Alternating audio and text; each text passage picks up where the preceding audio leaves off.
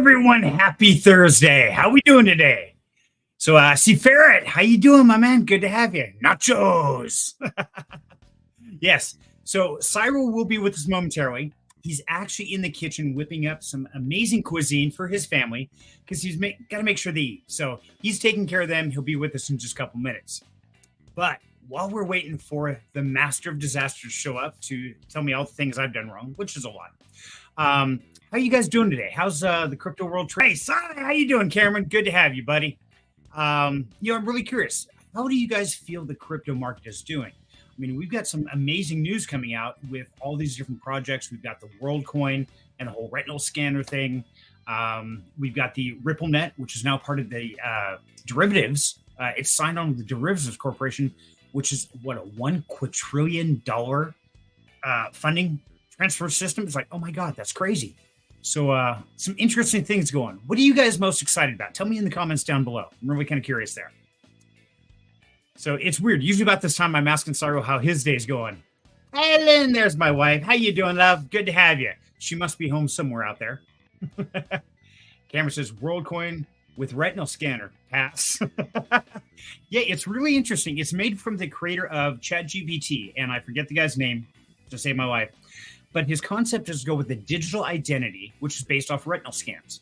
And then once you have that, you can use the WorldCoin, which is supposed to be a one cryptocurrency across the world. Now, this is a really interesting concept, and I kind of like the idea, but at the same time, I'm not a Bible thumper, okay? Please understand, I'm not religious. I'm very spiritual, but not religious. But one of the things about Armageddon talks about the one world currency, and you have to have the mark of the beast to buy or sell anything. And so, yeah, it's like, wow, could WorldCoin be that one coin that's going to start the apocalypse? Oh, my God. It's really kind of fascinating. At the same time, I can see where some third world countries have problems of operating within the crypto space, onboarding and offboard things. So if that was accepted worldwide, that could be great for some of them. Starts to get an Armageddon. Yeah, exactly. It could be. I mean, that's what some of the people believe. But at the same time, now I'm here in America, Boise, Idaho, so I don't run into a lot of problems of onboarding, offboarding. We've got the central exchanges. But I had, one of our community members reached out to me today, says, hey, I've got some money on PayPal. I can't get it out. Can you help me? I want to get it over on the BNB chain. I'm like, hey, you know what? I've dealt with you for years. Not a problem. Sure. Send it over to my PayPal account. I got it transferred over, switched to BNB, and then sent back to him. Took about 10 minutes. Not a big deal. A few dollars in fees, but I won't do it all the time. But for somebody I know, yeah, happy to help out where I can. Valerie. Hey, I know Valerie. Yes. How you doing, Valerie? Glad you made it, dear. Did you notice your subscribers number? Yes, I did, my dear. Thank you so much. Now, Valerie is the receptionist at Nashua Builders. And I was going to share some of my story there because I have gone back to cutting wires part-time. Now, I know that's a surprise for a lot of you because no, I thought you gave up cutting wires. Nope, Mr. Sparky, this side. Still cutting wires from time to time.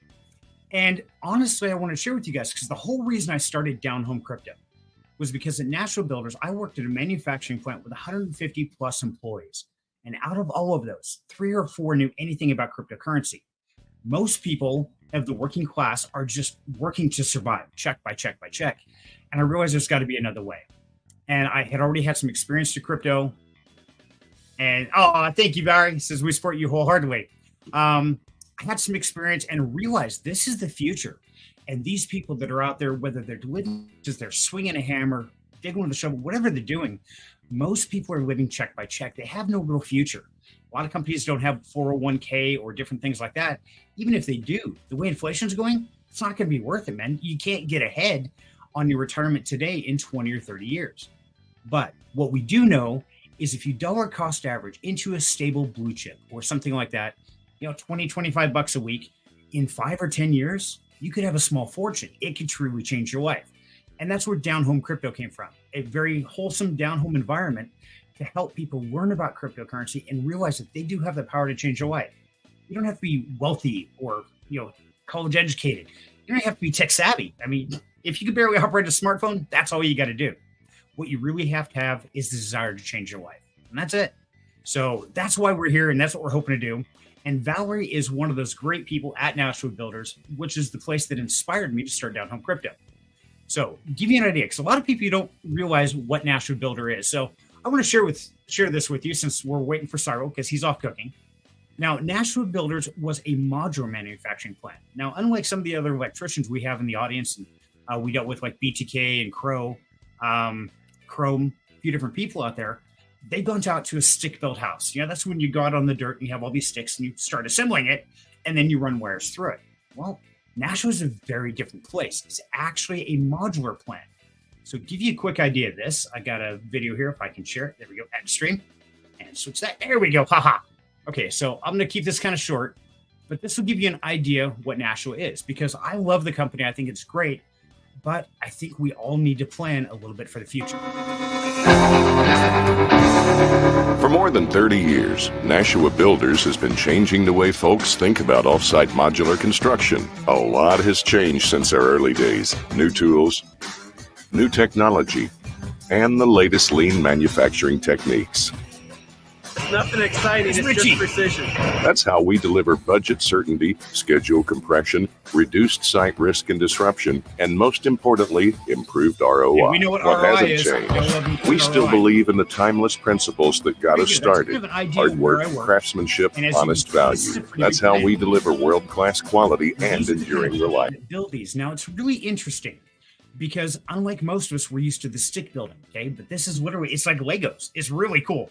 But that Lego, you have to connect all the wires from box to box, the plumbing, the electrical, everything has to go through the entire building. And like they showed at the beginning, some of these huge multi-level structures get very complex. So it takes a new level of worker to do something like this. You can't just hire somebody to come in and swing a hammer. It doesn't work. You've got to go to the next level. And these are the kind of people that I really want to help and support.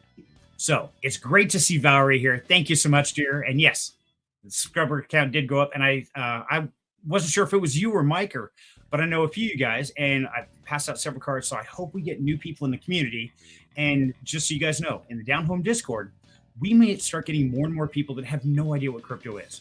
So I ask everyone in the community, jump in, help them out, answer the questions, and we're going to keep doing the rags to riches and keep doing these educational pieces, because that's what we're trying to do, trying to build a better future. So go back to my comments. There we go. Okay.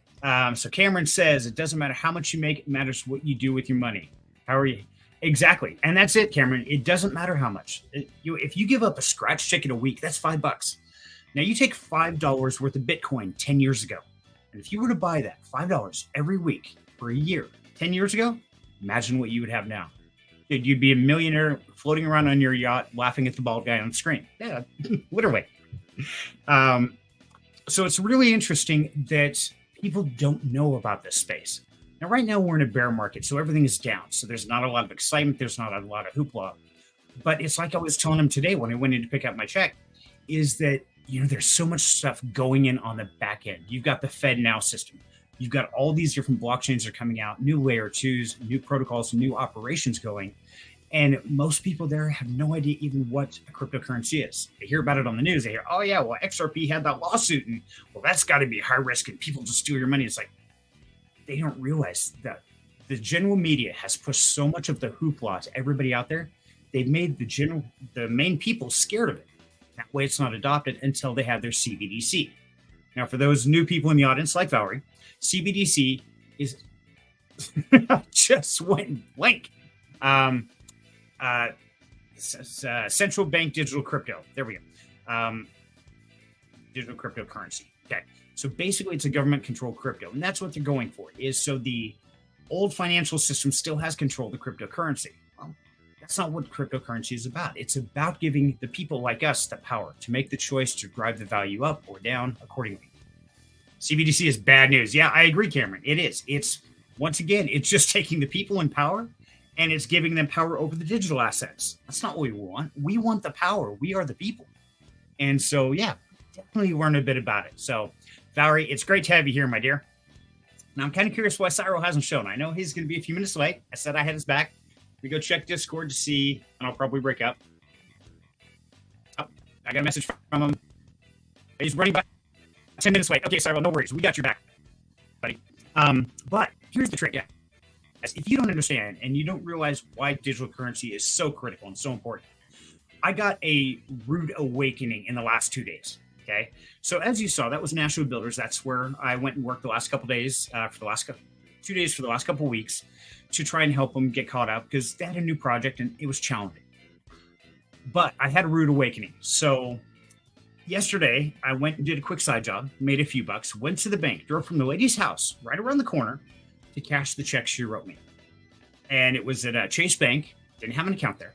Walked in and said, hey, I just need to cash this check for the job I did. And they're like, oh, yeah, no problem. Are you a customer? I'm like, no, I'm not. But the lady who wrote it is a customer.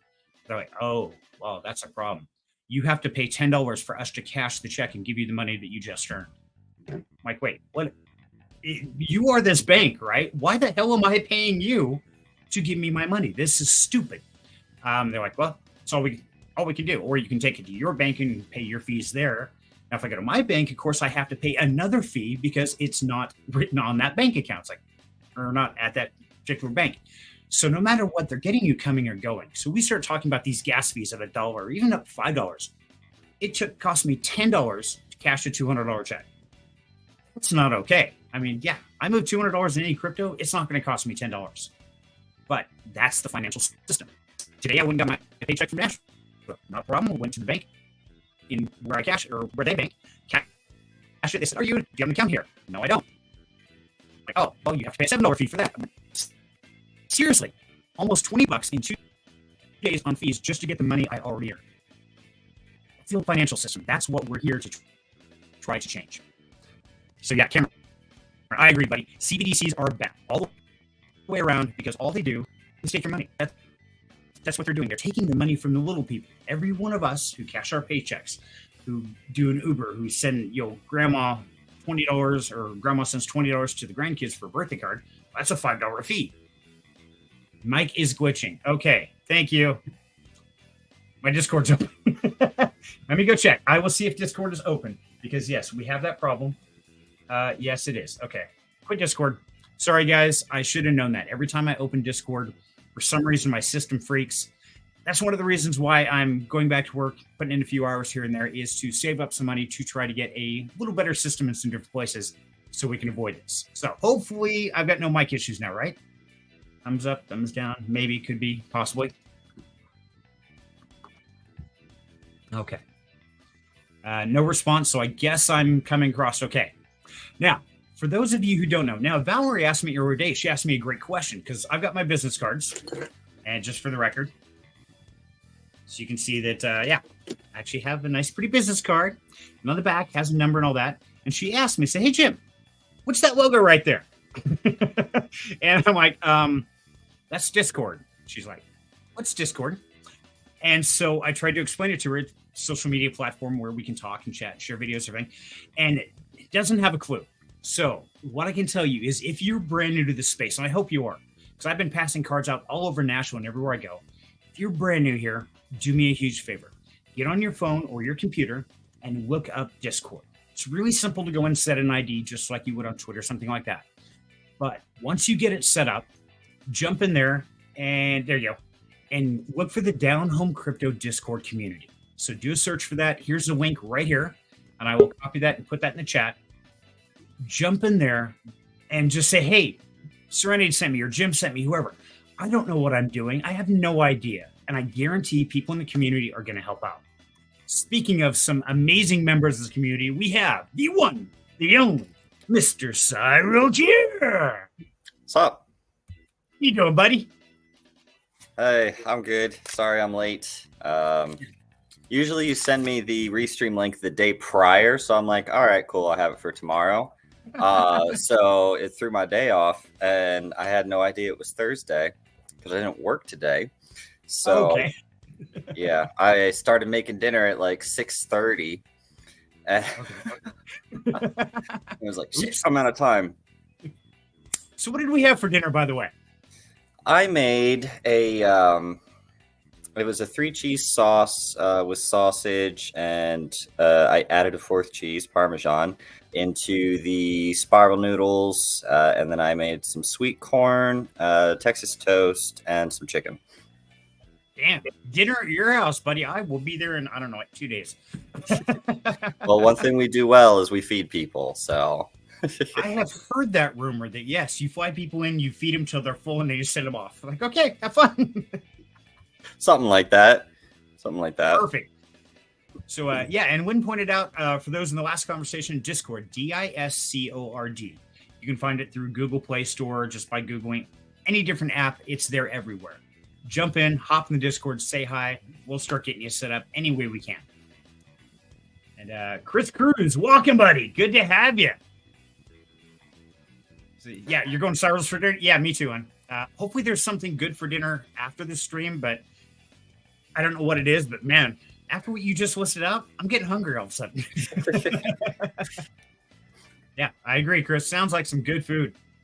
It was pretty tasty, not gonna lie. You know, one of the things that I like doing is I add some cayenne pepper to the sauce, and not enough that you notice the heat, but after a couple of bites, you just have this little bit of a kick for an aftertaste. So okay.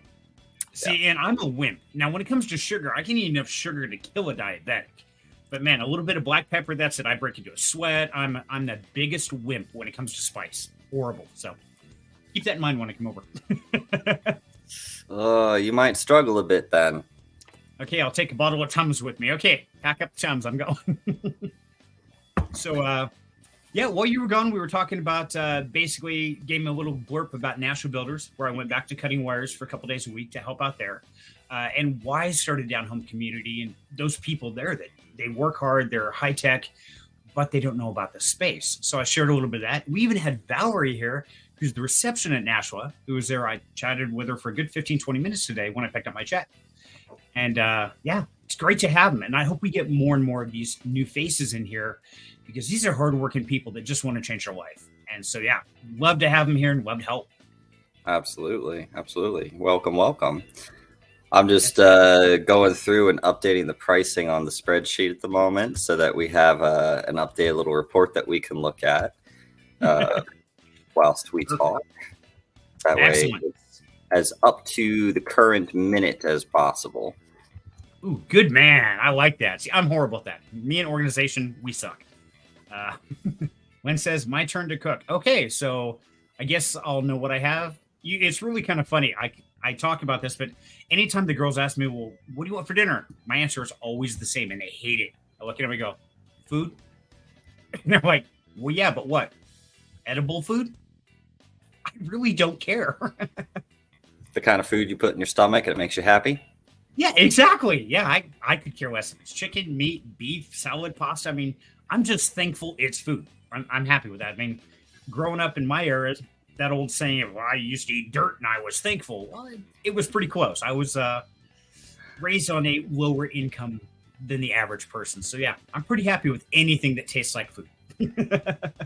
Understandable. So, Cameron says tomorrow is rotisserie chicken from local farmer. Okay. Not to like you, Cameron. That sounds good. What did he do to you? What did he do to you? Are you just being salty because he made me drool? Now I'm hungry. You guys and your food, you're evil. You know, Rebel from Collective Finance is really good about that. Every time I say good morning in there, and I say, okay, what kind of evil you got for me? And Rebel's chef, as my understanding, and he lists out this amazing breakfast or lunch, whatever. I'm like, oh my God, you eat like that every day? It's impressive. Let's call him evil. It sounds too good. Sometimes when we do breakfast, I'll make the whole spread. The sausage, the French toast, the pancakes, the waffles, eggs, you name it, bacon. And a lot of syrup. And I'm in. Yeah. So, what's happening in the crypto space? Yes. So we covered that a little bit earlier. Now, I know a couple things I've got that were really exciting. After watching Crypto Sensei's deal about the XRP is now listed out on the derivatives market. And that is a pretty huge event, is my understanding. Now, I don't know anything about derivatives. I had to go and ask the wife, like, what's a derivative? How does this work? But I guess my understanding is like there's over $1 quadrillion a year or day transferred through there. It's stupid money. Yeah. So the derivatives market contains more money than there actually exists, more theoretical money than actually exists. So it's really just straight up betting and gambling. You know, you can say it's kind of like futures, kind of like options. That's derivatives. But you basically say, okay, from this price, I believe by, the price is going to go up by X date, or it's going to be down by X date. And you're making these bets, and you can leverage these bets to potentially have unlimited losses or potentially unlimited gains. So it can go either way, depending on what you're doing. There's all sorts of crazy ways to do it. Okay. Now, being where the RippleNet is the only crypto network in the derivatives market, how do you see that affecting the price of XRP or XLM or any of those on the Ripple network? Well, it's going to face a lot more price manipulation as a result, right? Because the crypto space is pretty much unregulated. So people in big hedge funds and whatnot, they can come in there and they can abuse the crap out of the price. They can short sell it, whatnot, force that price down.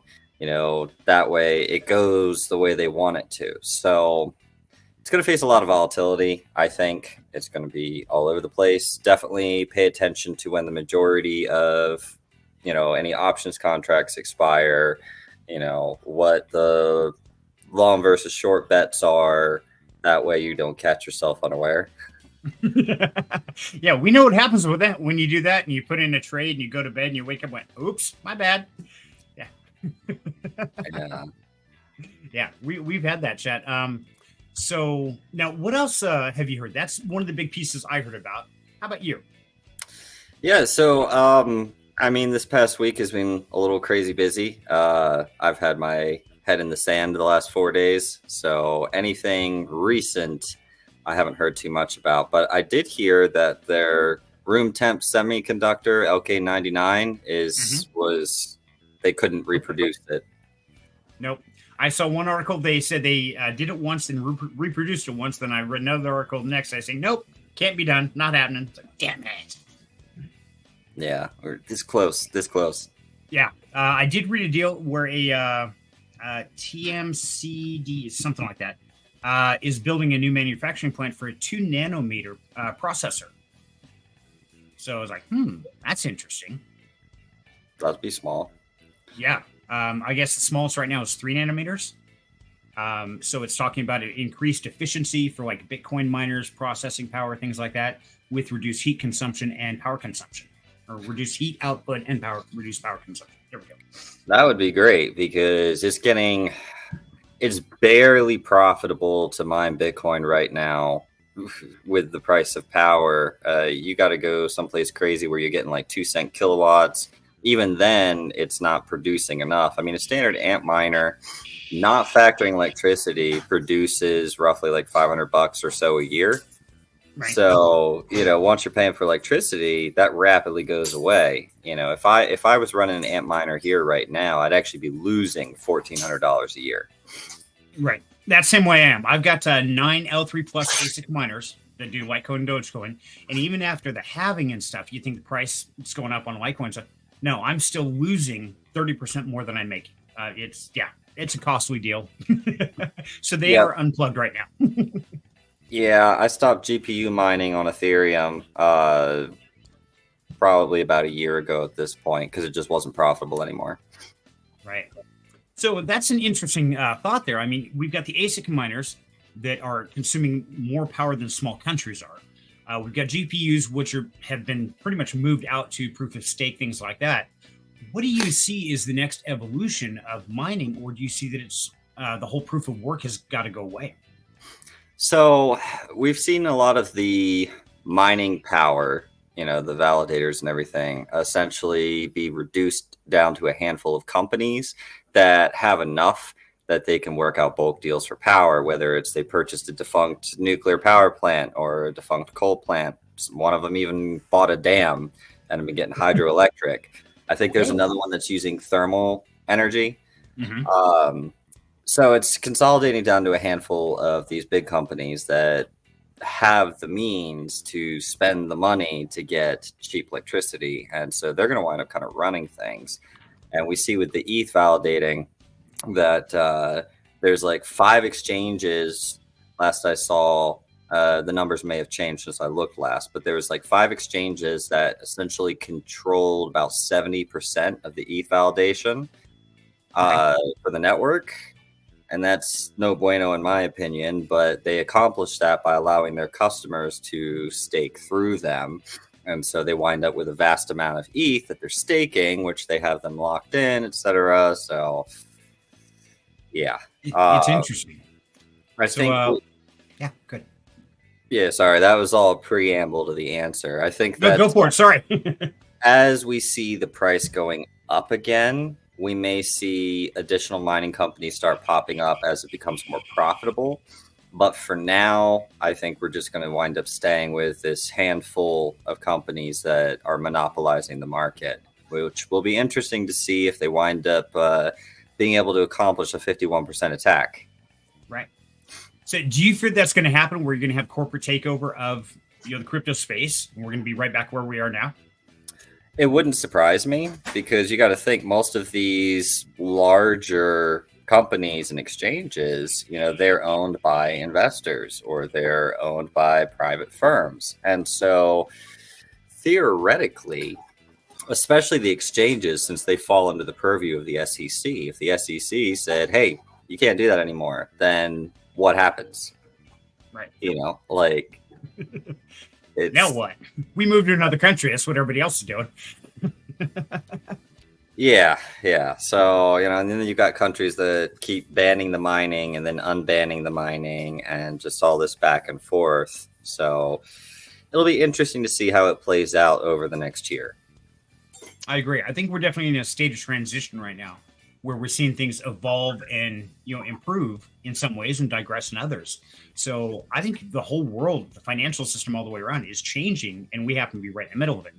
Oh, Cyril has a scary face up. I was going to ask a question, so I'll wait on that. Oh, he's back. Yeah, I just turned off my cam for a second because I had to do something. I don't want to know. Someone knows. I didn't figure y'all wanted to see that. Got a sinus issue right now. Oh, man, I hate sinus. Yeah, I get sinus infection about twice a year, and they suck. Oh, my God. Somebody just shoot me when it happens. Yep, 2 to 3 times a year. Oh, yeah. Okay, I'm right there with you. So Cameron says, I researched a bunch of, including some electricity, got the right plugins, built a special room, got 4 L3s, then it all collapsed 6 months later. Yeah, I'm with you, Cameron. I actually got a video out there on how to rewire your house, and I added 2 20-amp circuits to power my 9 ASICs. And then I had, 7 threefold systems running, and yeah, it's all unplugged right now. It's just not worth it. I agree, totally. So, Cyril, what do you know about the world coin and the retinal scanner, the evil spheres? I'll be honest, I haven't I've seen the name WorldCoin, but I haven't really looked into it at this point in time. Okay. Why don't you go ahead and tell me the premise of it and I'll give you my thoughts. Oh, we did a second ago, but I'll give you a quick crash course on it. Basically, the guy is Sam Altman, guy who does ChatGPT, created the WorldCoin token to be a currency worldwide. And it's requiring a digital ID retinal scan to operate within that ecosystem. So they have these, looks like an evil 8-ball that's chrome plated that you can go in and scan your retina, get your digital ID, and now you have access to the WorldCoin. Yeah. That's the same look I had. That's a no, thank you. Yeah, I guess one country, God, where was it? Somewhere, I don't know, South America, third world country, walked into the corporate office and seized all of the retinal scans and said, no, this is violating whatever it was. And I guess a huge ordeal. So definitely interesting stuff going down. Yeah, you got to be careful with retinal scanners. If they're not properly tested over a period of time, I don't know about you, but I don't exactly want lasers shooting in my eyeballs. Yeah, exactly. And, I remember there was what movie was that? Every time that you walked into a store, did a retinal scan. Tom Cruise was in it. Minority Report. Yes, thank you. Yeah. Sorry, I'm a compendium of useless knowledge, so See, I can play the movie in my head. I just can't remember the damn title. The same kind of thing where they were selling eyeballs and doing that. And yes, I could see the future getting to that point, though, because that's the one thing, unlike a fingerprint, where it's really easy to get a hold of. Getting a hold of a retinal scan, that's a little trickier. Right, and imagine how much money that that guy's going to make selling people's retinal scans to information platforms, potentially governments, etc., so they can start building up a data bank of who's who. Right. Like that's again, no, thank you. Exactly, and like we talked earlier, that's one thing it talks about in Armageddon is the one world currency. That's one of the processes to go to the end of the world. So it's like, oh man, are we like trying to speed it up or what the hell? So yeah, it was an interesting conversation before you showed up, buddy. Well, good. I'm glad that you had something to keep you guys all occupied while I was running late. Sorry about that. Oh no, you're fine, but like I said, I got you back, my man. We're good here. So it is that halftime. So as you guys know, halftime is when I do a $10 giveaway to one of the members of the community who went in and voted for this week's winners. So let's take a look at that list here real quick. And I had it up and then I got sidetracked. There we go. Okay, so bring my screen back on and there we go. So we only had 5 voters this week. Come on, guys. It's really easy. Jump in the Down Home Crypto Discord. Vote for what DeFi project you want. And there's no right or wrong answer. Anything is fair game. So definitely get in there and cast your votes. Actually, let's put that one up. There we go. And yeah, every time if you're here on the stream, we're going to do a giveaway. And yeah, I'm just going to send you $10. Pretty simple to do. So, of course, we're going to do the dance off. Let's find out which one of these 6 members has the moves to shake and win. Ready? I'm ready. Okay, in 5, 4, 3, 2, 1. Dance, baby, dance. Do we have audio? Yeah, I got audio. Cheetos. Oh, no, that's Chrome. Okay, that's Cheetos. There goes Chrome. All right, Chrome. Bye, Chrome. Get squashed. There's Day 5. Oh, now they're dancing like, oh, hell no. They're panicking. It's like, we've got enough. Uh-oh. Cheetos, sorry, buddy. Okay, Rebel and John. Ooh, that was close. Oh, John. Rebel, my man, congratulations, brother. And even though you tease me every day about the amazing food that you make, congratulations. Shoot me a DM in Discord, send me your wallet address, and I will send you $10 right after the stream. Thank you, brother, for tuning in. Okay, I've got to close that screen because that music's driving me insane. Stop. Okay. Oh, Chrome just got here and he got wrecked. Oh, Chrome, sorry, buddy. Yeah, should have been here sooner, my man. Maybe you would have dodged that blade had you been paying better attention, brother. Okay. Oh, speaking of Chrome, over there at Collective Finance with Sea Gold, if you guys recall, our portfolio on Rags to Riches contains some sea gold, so we could expose ourselves to gold. Gold's a bit down today due to the recent CPI report that came out earlier today. Right. Now, for some of us who aren't in the financial world, Cyril, if you would give us a crash course, what's a CPI report and why does that affect things in our lives, our day-to-day events? Yeah, CPI report is the Consumer Price Index. It basically takes a whole bunch of metrics ranging from cost of gasoline to, cost of food, etc. The standard shit you need to buy as a consumer. And it tracks the average price increase and decrease. And that's kind of the index. It's kind of like if you had the S&P 500, it's an index of all of the 500 stocks in there. And when it is lower, it means that consumer prices are not increasing, right? They're increasing less than expected, which is a good sign of how inflation is doing. And that's why that's a metric that they track. So if it's not going through the roof, then it's a solid thing. It's saying, hey, look, prices aren't going up too much. It means inflation is coming down, which it can be a bullish thing for the dollar. And so when the dollar is going up, gold is going to come down because it's typically what's known as a relatively inverse asset. Not all the time, but most of the time, if the dollar's going up, gold is coming down. Okay. Gotcha. And Chrome says gold has been a bit over the month because the government hates its citizens. Man, I agree completely, Chrome. The government hates us. Been down. Yeah. Been down. Wow. You are having a rough day. See? You should have paid better attention. You would dodge the blade. You would get your sense right. Oof. Now, actually, I kind of messed with Chrome this morning because I had to do a quick call with him. Like, dude, I think I broke it. I jumped on the platform and I was messing around. And I got to somewhere I wasn't supposed to be able to get to. I was like, oh God, what did I do? He's like, no, I'm kind of glad you found it. I'm just glad you didn't lose nothing. Like, okay, ooh. Yeah, that was his wake up call for me. It's like, poor guy. I felt so bad for him. Nobody wants to wake up to my shiny head. Well, okay, maybe somebody does, but yeah, they kind of signed up for it. Stamp. Yeah, okay, we agree to it. So, that's their fault. Exactly. Yeah. What do they call that? Sadomasochism? Yeah, it's something like that. So, Cyril, speaking of our wallet, so how do we look, my man? How do we stand? We are in what, week 12, 11? Yes. Well, we just wrapped up week 11. So let me go ahead and share that. Yes, please. Bomb. Super Mario Brothers. Yep. I know that sound.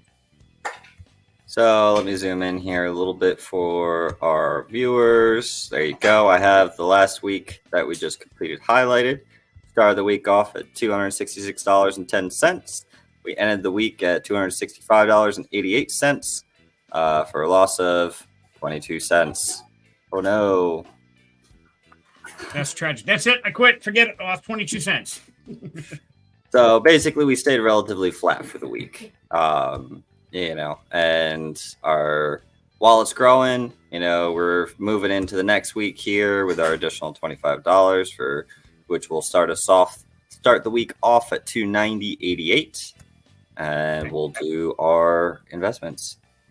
Perfect. And now, for those who are just joining in, now you missed this part, Cyril. I'll have to bring you up speed backstage. But Valerie and Mike, Richie, all you guys from Nashua Builders and all the people that I've been talking to about the Rags to Riches, this is what I was telling you about. This is where we're taking $25 a week and we're putting it in religiously every week into some stable and some DeFi, but we're letting the community vote on this. Now, this is a lot better than a savings account because the savings account, once you put it in, one, there's no guarantee it's there. Banks are crashing left and right. But at least this way you have control. You get to choose. And as you can see, we're on our 12th week of our journey here. Now, for you guys at Nashville, I know that's like going to lunch, getting a scratch ticket. That's, buying pizza for a week, giving that up, and we're truly going to build some wealth. So glad to have you with us here. Whoa. I was like, I didn't even touch it and it went away. That's some voodoo shit going on there, buddy. Nah, I just click stop sharing. Got it. So are we ready to find out what the votes were for this week, or do you have some more little glimmers of information for us? Let's see what the votes are, and we'll go from there. Okay, because I think you're going to be sharing some glimmer of information based on the voting. Yes. So our community, here we go. Here's our votes. Zoom in a little bit more. Here we go. Yeah, okay, I might have zoomed in too much. So for our blue chips, we had a winner of Solana. Now that came out of nowhere. Kind of surprised there. Do they have wrapped Solana on a different chain, or do I got to actually bridge funds over to the Solana network? Because I guess we're going to find out. I guess so. I don't know. That would be the only thing we have on the Solana network. So I'm going to see if I could find a wrapped version. Okay.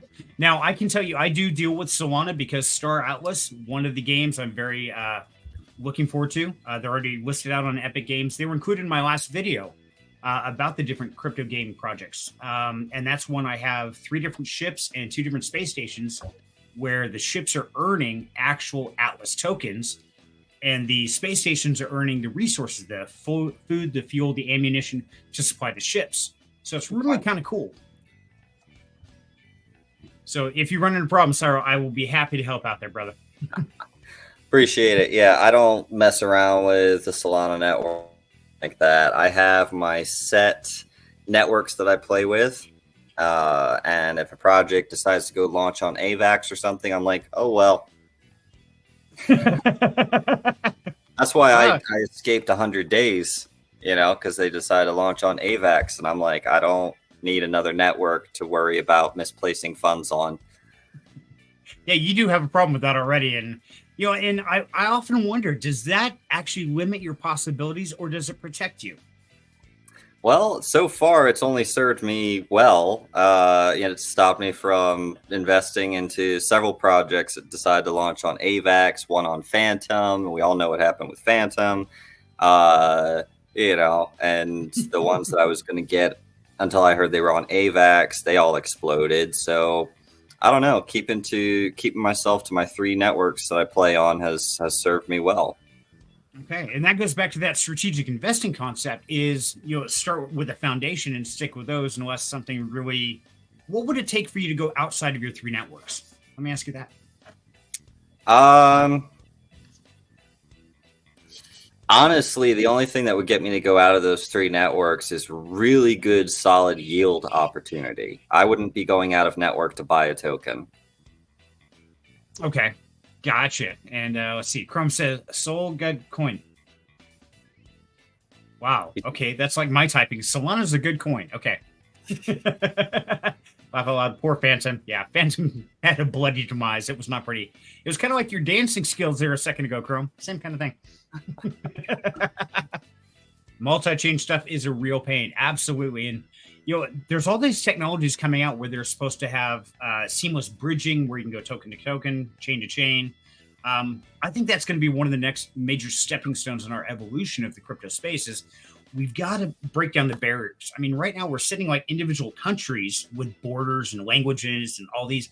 We've got to break that down. We've got to get it where we can flow smoothly across all the different continents. Absolutely. I think that's going to be huge for blockchain in general when it just becomes second nature where you can perform cross-chain transactions very quickly, very rapidly, seamlessly, etc.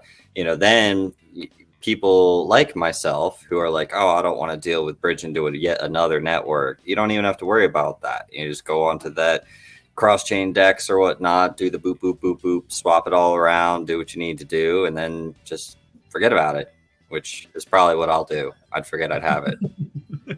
Now you remember saying, hey, I can do that. That's right. I forgot. Yep. I think I have an NFT on either Phantom or AVAX somewhere. It was Phantom. There's a project, and I was at one of their AMAs, and they gave me an NFT. No idea what it's worth at this point, or if I should even bother with it, considering what happened with Phantom. But that's fine. You never know. Yeah, it could rise out of the ashes with the new level of technology or something. You never know. And that's the thing is we are in such a unique space right now, an opportunity where you could put $5 into some random nothing token like Pepe, and actually, it's worth like 500,000. Like, what the hell just happened and why? There's no logical reason for that shit to happen. But it does. I don't get it. I haven't found the magic secret to it yet.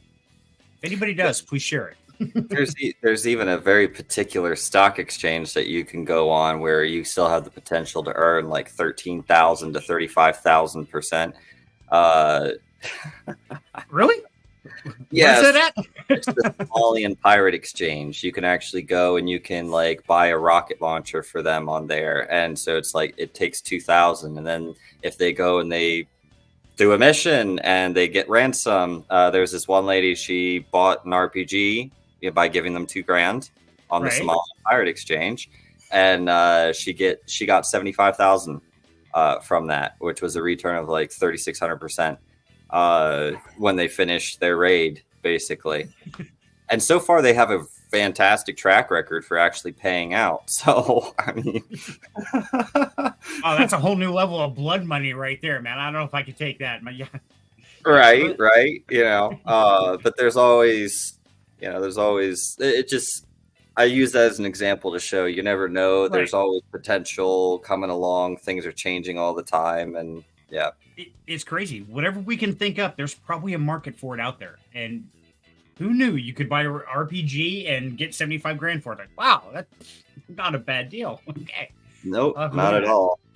Now, Cameron says the Exodus wallet is good for cross-chain for lots of different ones. Now, I have heard of the Exodus wallet, but I have not set one up. So that's something I'm definitely going to have to look into. Cameron, thank you, buddy. And hey, that's what we're all about is everybody learning from each other. So, yeah.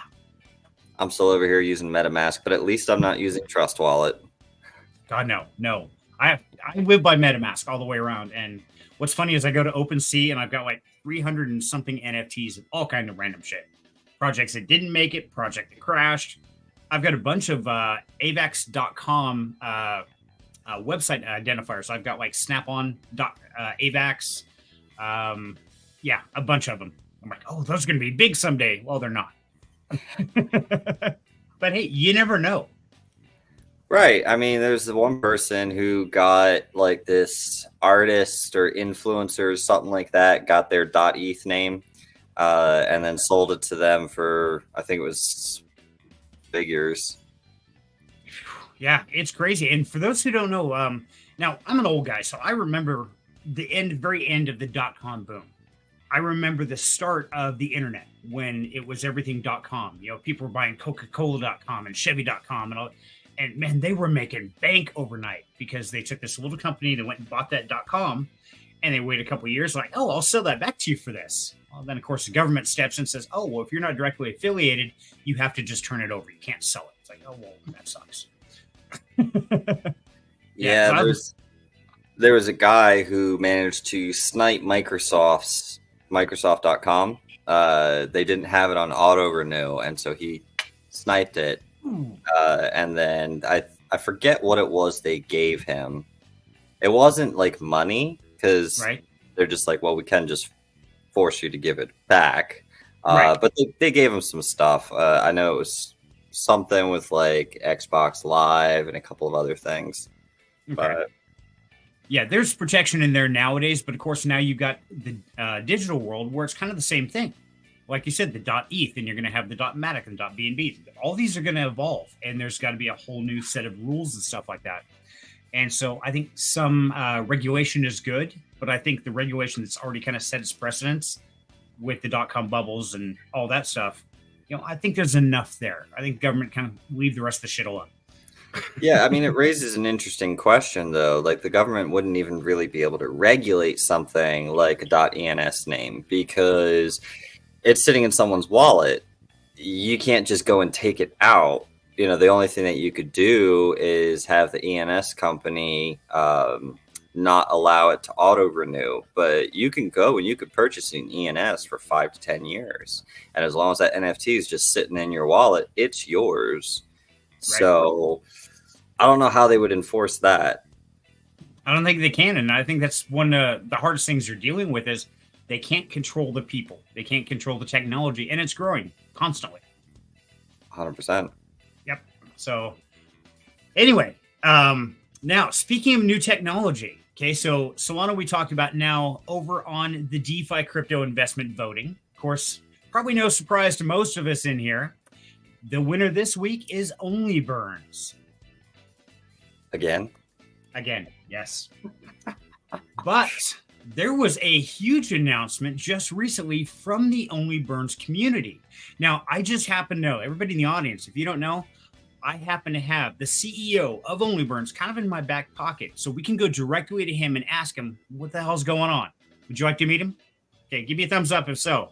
Ferret says, oh, baby, yeah. The CEO of Only Burns and Parrotway Finance and Casey Consulting is going to give us his behind-the-scenes look right now. You ready? Let me bring him on. And it is... There he is. Oh, hey, Cyril, how you doing, buddy? We were waiting for somebody important. How'd you end up here? Oh, that's right. I don't know. I tend to just, like, fall into things. I'm not sure how, but... Yeah. So, yes. Yeah. Only Burns had a big announcement as far as a changeover. So, give us some inside information. What's going on there? What's the benefits, pros, cons? What do you got, buddy? Yeah. So pretty much everyone in attendance at the moment is most likely familiar because you read it, but I'll recap. Yeah. So basically, Only Burns is going to be migrating to the Gauss blockchain. Now, Gauss is a new blockchain that's getting ready to come out. It is a curated blockchain. So not anybody can just go and launch a project there. They have to go through a curation process. It's a permissioned blockchain. So you can't just go and launch a random shitcoin on there. It's not possible. But, oh, look at you. You even got the website up and everything. Look at that. But yeah, it's a blockchain designed with security and safety in mind. meant for long-term stability, etc. Like if you go and you launch a project there, guess what? They store your LP tokens inside of a Gnosis safe, and you have to receive either approval from your community or approval from them in order to receive the LP tokens. So you can't just go there, launch a meme coin, and then rug it. It's not possible. You can't go there and launch a fake token. So if you say, oh, I'm going to launch a fake BNB or a fake Ethereum or whatnot, you can't do it, right?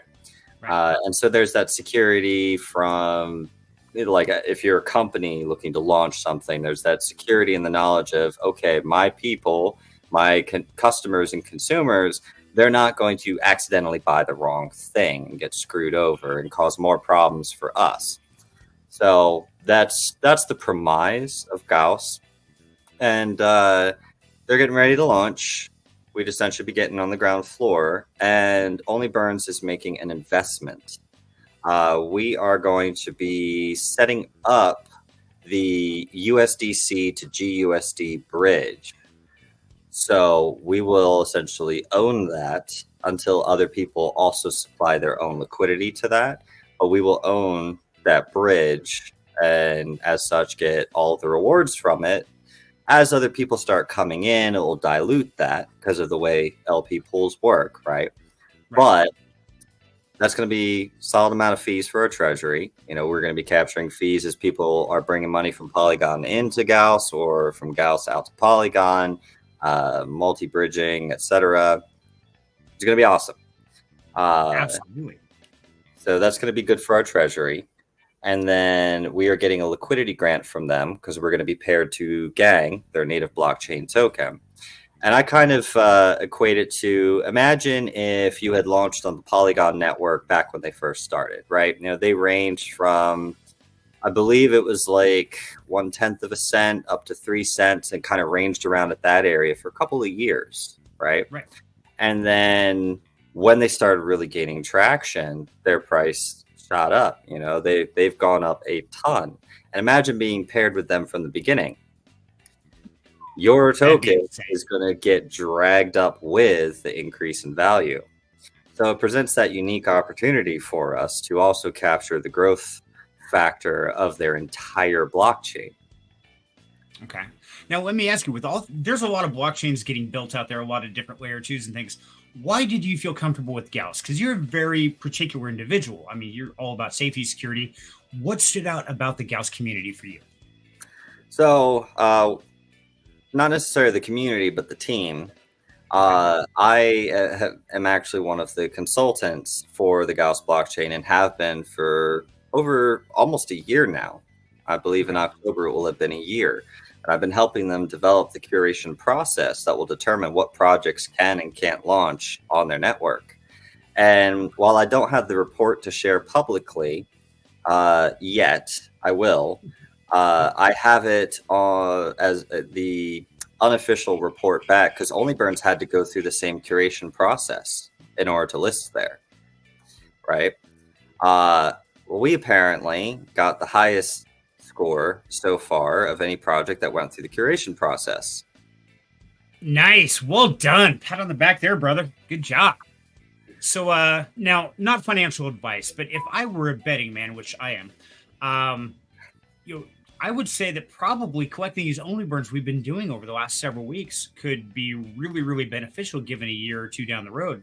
This might be absolutely huge for the wallet that we've been building at $25 a week. Yeah, I mean, it very well could be. We're going to have a lot of different factors, that are at play. We'll see the growth of their blockchain causing price appreciation of our token. The liquidity grant, meaning now we'll have much deeper liquidity with Gang versus what we do now with BUSD.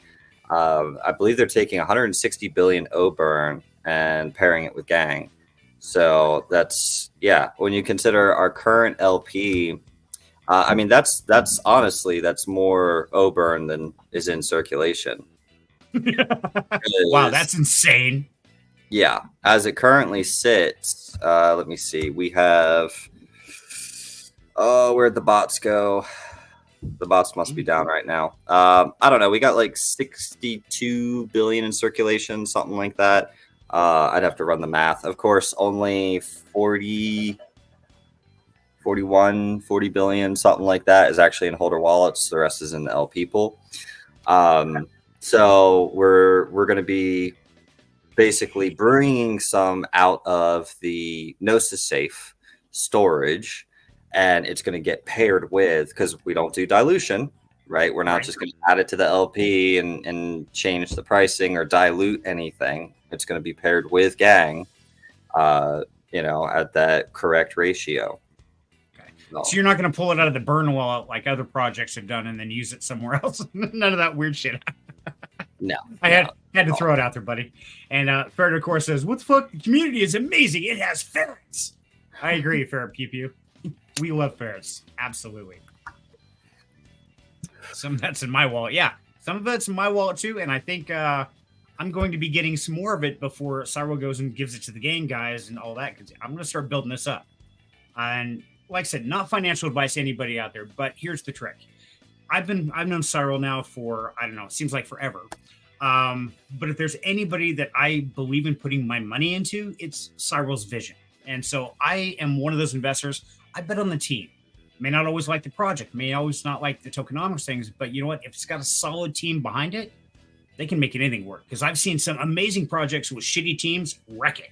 I've seen some shitty projects with amazing teams make it go through the roof. So do your own due diligence, make your own choices, but absolutely, when you're doing that research, focus a lot on the team, because they are the ones who are going to make or break that crypto project. 100%. I appreciate the kind words. Just telling the truth, brother. It's the way I see it. And yeah, I know you enough on and off camera, behind stage. We have a lot of conversations, and I know your wisdom. I know you wouldn't go anything half-cocked to say, oh, well, I can make this go to the moon. No, you are not that guy. Just like we just talked about, you only deal in 3 chains. Why? Because the rest are crap, in your opinion. I'm not saying I agree with you on that, but that level of protection and safety, I think that's great. The fact you stick to your guns, you have your foundation, and you roll with it. I think that's awesome. Well, I appreciate it. Yeah, I do what I can, especially when it comes to other people's funds. When people have purchased tokens of one of my projects or purchased NFTs, I have to be mindful of that. It's a responsibility that I'm accepting. It's not just like this is another DeFi project. If it dies, it dies. Who cares, right? I never understood how some project leads can take that mindset. Right. But or when it dies, be like, oh, this was an experiment. I've actually seen that before. Yep, me too. Or they just take it and run like hell and delete everything. They're like, yeah, done. I got my money later. Yeah. So it's and Ferret, he's got some investing advice for it. She said, not financial advice, but mint a Firelord NFT and mint an Iron Card NFT. Mm-hmm. Yeah. So I can tell you that I've actually been sitting on 2 Iron Pharaoh cards for, I don't know, a year. When they first came out, I bought 2 of them.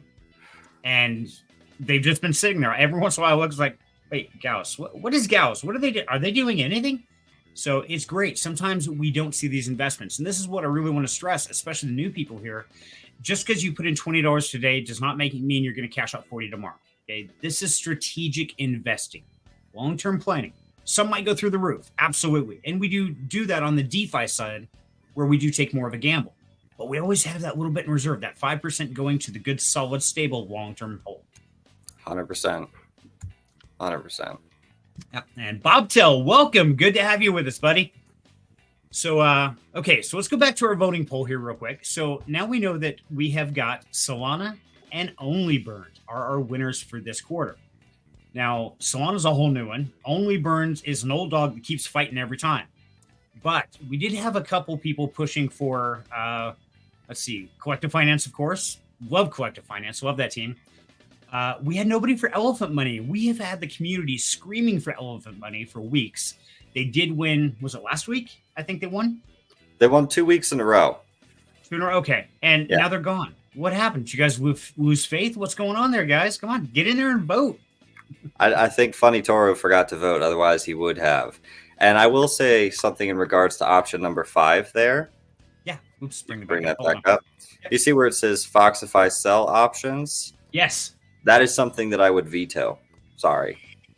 Okay, good to know. And why is that? Because I know Foxify, there was a big thing with James Pelton and Cryptonaires and Austin Clark the other day where they were doing that. And, I know James Pelton was flipping a coin on his computer for it. What is your personal opinion, and not financial advice, but why do you think Foxify would be a bad investment for somebody like us with a small bag? So with the rags to riches, that we have our $25 each week, which equates to $20. Essentially, what that vote was asking me to do was to take $20 and go play on options and see where it goes. One, that's not the purpose of this. Two, at no point in time did I ever agree to go do trading for this wallet. And three, option derivatives, like the platform that Foxify has for that purpose, is probably about as degen as you can get, especially when the prices don't update immediately in real time, like second by second. So that's not something that the Rags to Riches wallet would be doing. If you want to give it a shot, go for it. But at no point in time will the Rags to Riches wallet be investing in that. So don't waste your vote. Okay, good advice. And I can tell you, I did a 3-hour live stream where I went in and experimented with Foxify and back and forth, and I sold and I bought, and it cost me $100 time I was done. But it was a great stream. I had fun with it. But I really realized a lot of the intricacies of where the problems go. Like you said, it's not immediate update. And it's not just one market price. It's multiple ones in the average of those. So if one spikes up and you happen to look at that chart, you're like, oh, well, it's going to go up. Well, all the rest went down, because keep in mind, guys, that every market is a little different. Whatever exchange you're dealing on, there is some different price range from one to another. And if you bought it one low and sold it high, that's called arbitrage. And we've got a whole video series talking about that. But you take the average of all those, there's really no way. It's literally flipping a coin and pray to God I win. Right, which is kind of the antithesis of what we're trying to teach here at Rags to Riches. Correct. I agree totally. And Bobtail says, what's a good play? Well, Bobtail, we can tell you that in today's vote, or in this last week's vote, the community decided that Solana was a good blue chip and that Only Burns was the best DeFi project to invest in. That's what the community voted. And since we just had that great inside look behind Only Burns, I would personally have to agree. I think if the wife is still listening, I think it's time to pile up a few more Only Burns and keep putting them away. Now, on that, Cyril, one question I got for you. Now, we've all been hearing about the Tinder and looking forward to that. How do you see this going to accelerate that process, or is it? Yeah, so I think it's definitely going to accelerate it some. How much remains to be seen, right? It depends on the traffic in and out of the Gauss blockchain, because we will be earning fees from the USDC to GUSD bridge. Initially, 100% of the fees until our position gets diluted. But we're starting off with a pretty solid position. I believe like 53,000 is what we're starting off with to act as that bridge. Okay. So that's going to help. And I can't release any details yet because we haven't had the discussion yet. Just we've acknowledged the possibility of being able to create some form of stake and earn reward system as well, just as an additional way to earn with your O-burn while you're waiting on Tinder. So we'll see what happens with that. I know Harry, CEO of Gauss, has asked me about an NFT exchange and several other things. So there's lots of options that we're discussing, lots of interesting ways our ecosystem is going to be growing and evolving as we continue to work towards being able to release Tinder for everybody. Once our treasury is producing between 500 to 700 daily, which I would say we're like about 15 to 20% of the way there. But once that starts happening, which could happen very quickly if they get a lot of traffic through that bridge, and we're getting a lot of those fees, especially since initially we're one of two ways to get money onto their blockchain. So, that's awesome. But once we hit that point, we'll be able to release Tinder and have it be profitable for people. Because my goal and the whole reason, because I know a lot of people are like, oh, why haven't you been doing any marketing? Why aren't we trying to seek new investors, blah, blah, blah, blah, new holders, etc. And I'm like, because I don't want them right now, which is the opposite of what you hear most project leads say. Right. Okay, you got to explain that. What the hell are you talking about, man? Why wouldn't you want new investors? The higher the price of Oburn, the longer it will be before we can release Tinder and have it be an 11-month 100% APR, right? So I'm wanting our treasury, because technically we could release it right now and distribute like a fraction of a penny to everybody daily. What's the point? So I want to release Tinder when at the current price, somebody would essentially ROI 100% in 11 to 12 months, because that's about the longest people in DeFi are willing to wait. So until we hit that point, and since it's real yield, it's not more Oburn tokens, it's actual other assets that they can sell, yada, yada, yada, whatever. That I think is a good time frame for people to be like, okay, I know I can buy Oburn at this price and that I'll ROI on it in about 11 to 12 months, and still have the asset as well, right. And that's kind of what my goal is. And so for that, the price needs to stay relatively stable where it's currently at. And if I go marketing or trying to bring in new eyes or new holders, that's going to cause the price to go up, which is then going to increase the amount the treasury needs to produce daily in order to pay out that APR. Okay. Now, let me ask, once, of course, the news gets out and you do bridge this with Gauss and all that, the price is going to go up. I mean, that's going to happen at some degree. Do you believe that by waiting and building up that liquidity pool, getting it deep enough, it's going to have less of an impact to where you continue to guarantee that, or not guarantee, we don't guarantee anything, but you feel confident that an 11 to 12 month runway is still attainable? Yeah, because we are going to have a much deeper LP with Gang. We're having that grant. It's basically going to, I don't know, how many times is, my brain's tired, so I'm just going to do this, divided by 24. Yeah, we're increasing the depth of our LP over 600%, essentially, with this grant. So that's going to reduce any kind of price fluctuation impacts from buys and sells 6 times, right? Right. So, that will help keep the price stable as we continue to build and grow. Meanwhile, the treasury is earning fees. We're still collecting our taxes and what we're paired to instead of Oburn. So that's I think why I was pushing for the liquidity grant, because then that would allow us to accumulate some more holders, people who want to start positioning themselves better for when Tinder does come out, etc., without it really pushing the price around too much. Right. And so, okay, so you heard it here. Nobody go buy Only Burns except you, Win. So, wife, we got to buy Only Burn. Nobody else buy it because, yeah, we don't want the price to go up. And now a Fair Pew Pew says, Tinder.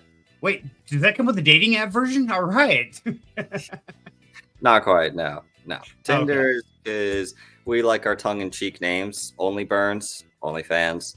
Tinder, like the dating app, but it's also what you use to start a fire, kindling and Tinder. Agreed. And yeah, I don't know. I think if we could take Only Burns as payment going through Tinder, that might be really beneficial. I mean, as we know, most people in the world are sick and twisted in our own way. And so, yeah, there could be a whole crypto market just based on Tinder and dating app. I can see it. Yeah, probably. So, no, that's definitely exciting stuff. And it's one of those that, yeah, not financial advice. Guys, do your research. I made sure I shared the Only Burns link here. So go in, find out what it's about. Go to the Goss Network. Find out what they're about. Because, yeah, these are both protocols I personally have been a part of for over a year now. Don't take my advice on it. Definitely don't listen to that guy. I mean, he doesn't have sleeves. He can't afford a whole shirt. So, yeah, don't listen to him. Do your own research always. Never do it because I said so. That's the worst thing to do. Hey, I got my shirt 25% off. I would hope so, man. You ain't got any sleeves. What the hell? Nah, it's how it is. Toasty in the garage sometimes gets a little humid. So Yeah. No, I'm the same way. If I'm not on camera or something and I'm in my comfies, it's shorts and a tank top, and that's it. But the rest of the time, it's like, okay, I gotta try to dress for motivation, to do something, accomplish something. And when I'm not, hell no, I am in comfy mode, and that's it. Game over. I'm done. See, here's the thing. I don't dress in a non-comfy mode, and I don't have a wide array of style variation. So there's a reason for that. Your brain can only make so many decisions in a day before it no longer makes proper decisions. Why would I want to waste one of those decisions on what I wear in the morning? You're a fan of Einstein, aren't you? If I'm going to go to work, I know what outfit I'm wearing. If I'm at home for the day, I know what I'm wearing. If I'm going to go out, I know what I'm wearing ahead of time. And I have multiple copies of those outfits. Sometimes there's color variation, like this is a much brighter blue than normal. But, Yep. And Bobtail knows the same story. And that's why I said you're a fan of Einstein, because for those who don't know, Einstein was absolutely brilliant. And they decided because he had an extra fold in his brain, some more contacts. We won't get into that. But he had 13 of the exact same colored suits. Same shoes, same shirts, same ties, same suit. And they were all brown. He never had to pick. He reached in and grabbed one, and they were always the exact same thing. So, yeah, that's why it reminds me of that. And I'm kind of the same way. I mean, I've got my dresser. I got 2 sets of drawers. One side's comfy, one side's work. And that's it. That's all there is. There's a stack of nicer shirts on top just for being on camera. So, I keep it very simple because, like you're saying, why spend all this extra energy and time?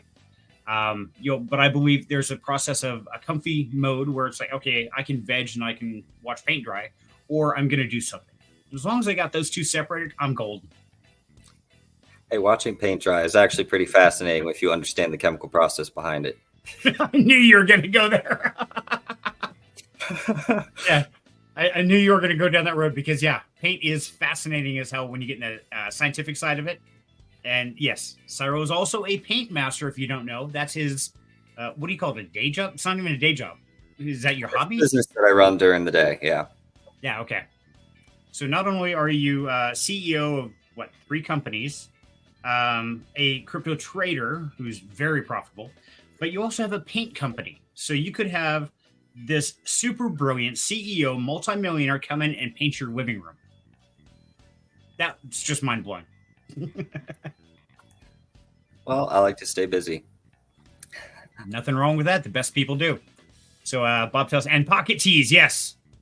Actually, I had Mom embroider this one for me and sew my sleeves up because I get tired of them falling down. Pocket tees are great.